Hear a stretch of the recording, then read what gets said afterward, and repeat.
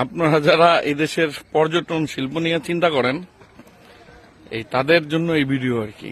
তো এই হচ্ছে গুলিয়াখালী বিচে যাওয়ার রাস্তা। ওই যে সামনে হচ্ছে গুলিয়াখালী বিচ। দেখেন এই রাস্তাটাকে কি করছে, এই যে রাস্তার সোজা বরাবর দোকান পাট দিয়া ভরে রাখছে। আর কোনা দিয়ে একটা ভাঙ্গা কষ্ট করে করে মানুষ ওইদিকে যাবে কাদা টাদা দিয়া। এটা কেন করছে জানেন? এটা করছে হচ্ছে ওই যে সামনে টলার গুলা দেখা যায় না, এইখান থেকে এই বিচ পর্যন্ত 50 টাকা করে জনপ্রতি 20 জন লোক টলার উঠবে 1000 টাকা। মানে জাস্ট একটা 5 মিনিটের এই টলারটা এখান থেকে বিচ পর্যন্ত যাবে 1000 টাকা ভাড়া। তো লোকজন যেন বাধ্য হইয়া এই টলারে উঠে এর জন্য বিচের রাস্তাটার এই 12টা বাজে ছাইড়া দিছে। আর এই হচ্ছে একটা এত জনপ্রিয় একটা বিচ, এই বিচে যাওয়ার রাস্তা হচ্ছে এইটা।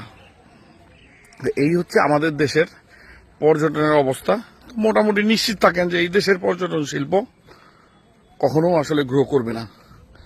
অন্যান্য দেশে যান, দেখেন এরকম একটা বিচ থাকলে তারা রাস্তাঘাট কি করে, কি ফ্যাসিলিটিস ডেভেলপ করে। আর আমাদের এই যে রাস্তা, এটা হচ্ছে গুলিয়াখালী বিচে যাওয়ার রাস্তা। ছি ছি ছি ছি, মানে রাষ্ট্রের প্রত্যেকটা মানুষ আসলে দূষিত।